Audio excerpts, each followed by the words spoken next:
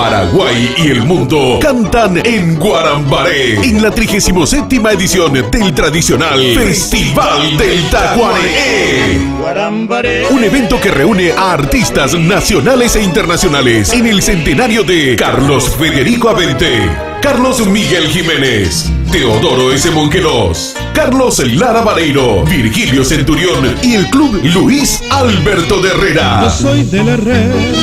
Domingo 26 de octubre, desde las 9 de la mañana, jornada final de las competencias a nivel país y exterior. Viernes 31 de octubre, desde las 18 horas, competencia nacional de danzas paraguayas, Tacuareé Potú Danzas, edición 16. Y la noche central, sábado 1 de noviembre, desde las 20 horas, con invitados de primer nivel. Los ganadores de la edición 2014 y entrega de trofeos. Actuación de las delegaciones internacionales de Argentina, Chile y Uruguay. Homenaje en vida a personalidades del año y los shows en vivo de Grupo Evolución.